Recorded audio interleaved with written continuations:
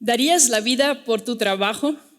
Quizás esta pregunta suena un poco exagerada, pero si pensamos en esta frase que dice que vale la pena luchar y vivir por lo mismo por lo que valdría la pena morir, no es una pregunta tan descabellada. Y recordemos también, quizás muchos de nosotros, o yo misma, dedico mucho tiempo de mi vida para trabajar. Incluso hay quien dice que vive para trabajar. Así que mi nombre es Cristina Díaz de la Cruz, vamos a hablar del sentido del trabajo y el sentido de la vida. Todos han escuchado esta frase, ¿verdad? Ganarás el pan con el sudor de tu frente. Quizás pensar solamente que ganar el pan con el trabajo es una lucha, una batalla, sería demasiado triste. Dedicamos muchísimo tiempo al trabajo, deberíamos hacer que ese tiempo esté bien invertido y que tenga algo que ver con el don de nuestra vida, con nuestra capacidad de estar aquí ofreciendo nuestra vida a los demás. Sabemos que en el mundo del trabajo se habla de que la persona es lo más importante. Siempre estamos diciendo que el activo principal de las empresas es la persona y también decimos que es lo más crucial para llegar a alcanzar estos objetivos que nos proponemos en las organizaciones.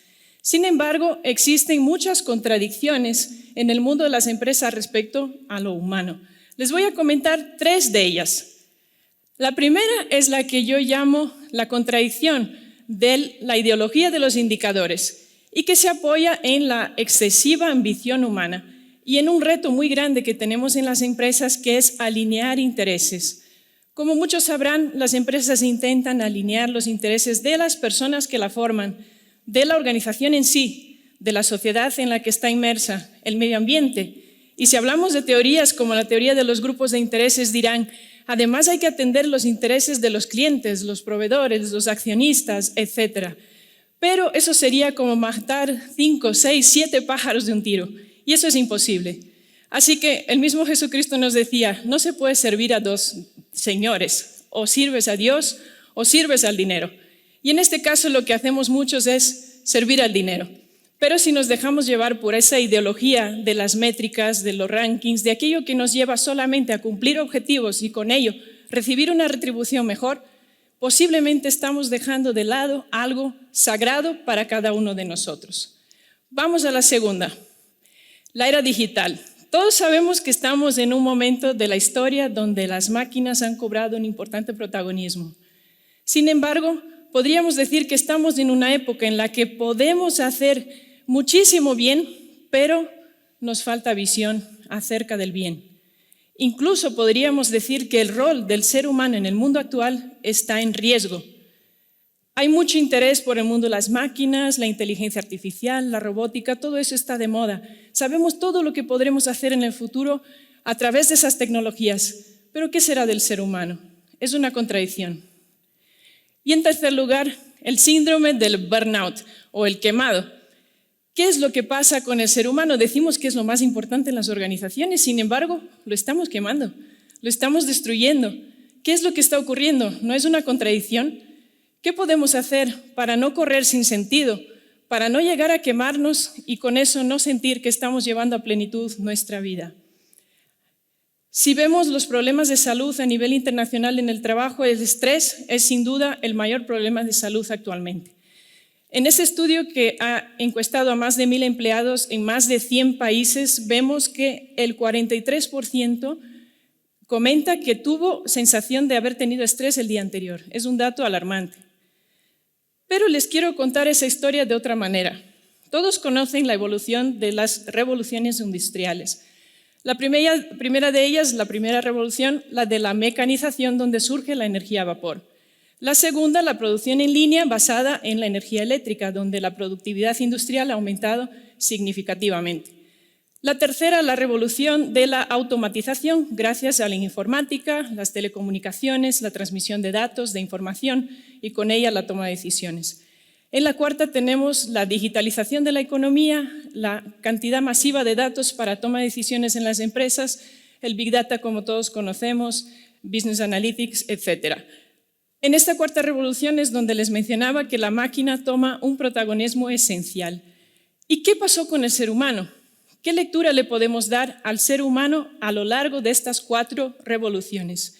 Ahora mismo les mencionaba que el estrés es un problema grave de salud, el más grave en el mundo de las empresas.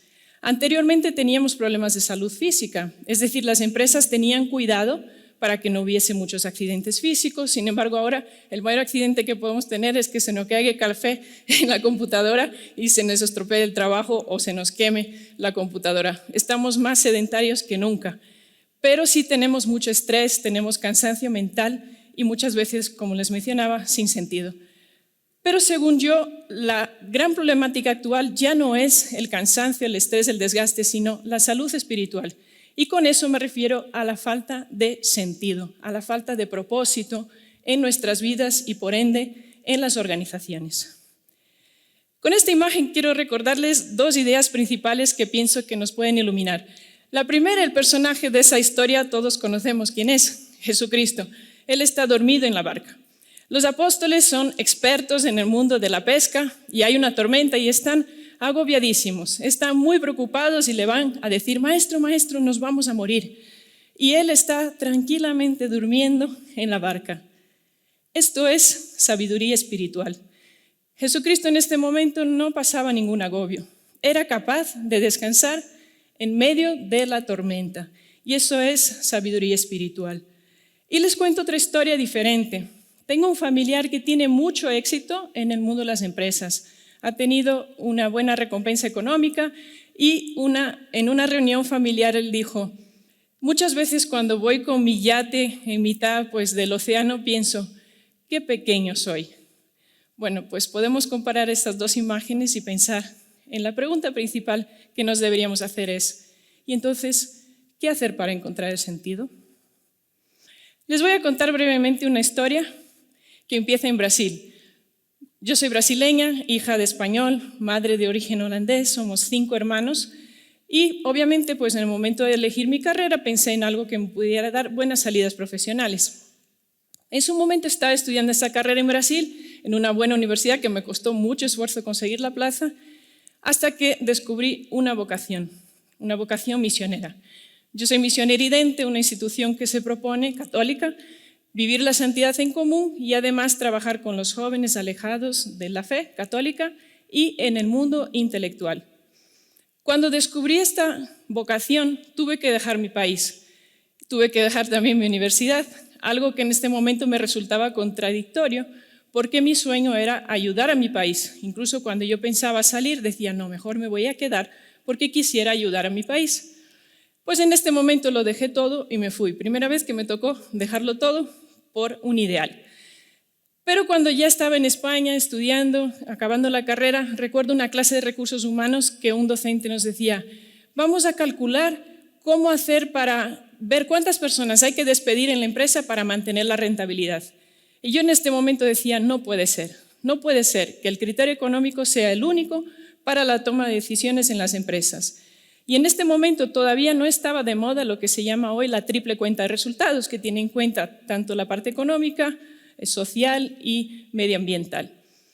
En este momento pensé que algo extraño estaba pasando y decidí dedicarme a parte ética en el mundo de las empresas. Finalmente acabé la carrera, acabé trabajando en un sector que jamás pensaba que iba a trabajar. Cuando uno es joven piensa, ay, voy a trabajar en esto, en lo otro, más allá. Lo que menos había pensado, el sector energético.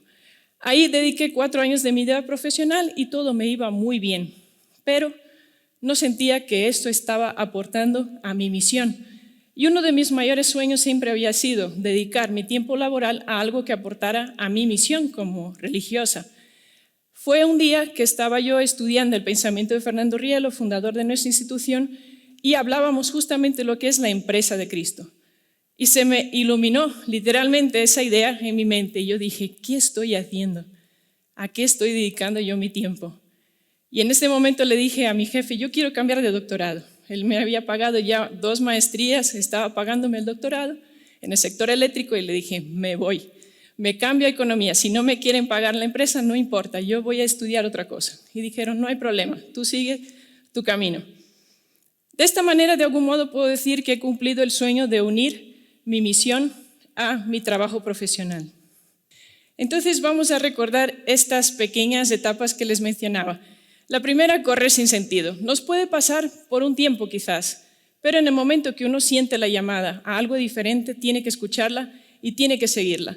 Lo segundo, el rol del ser humano. Sin duda hay muchas trampas en esta cuestión. Nos hacen creer que tenemos que rendir y formarnos como máquinas.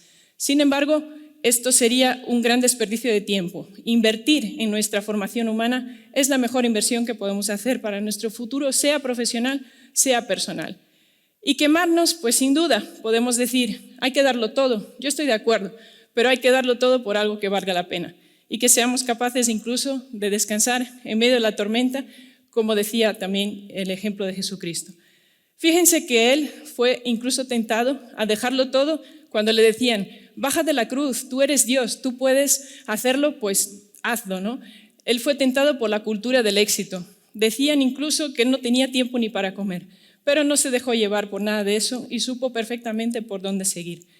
Así que la última frase que les quiero compartir es algo que para mí ha sido muy significativo y ha estado presente en toda mi vida, me ha inspirado profundamente incluso cuando he cometido graves errores y quizás los tuve que rectificar, pero ha hecho que a pesar de todas las contradicciones, sea del mundo o sea de mi propia vida, haya llegado a cumplir muchos sueños y esperar poder cumplir muchos más. Esta es la frase de nuestro fundador Fernando Rielo que quisiera compartir. La intención última de tus acciones definirá tu destino. Muchísimas gracias.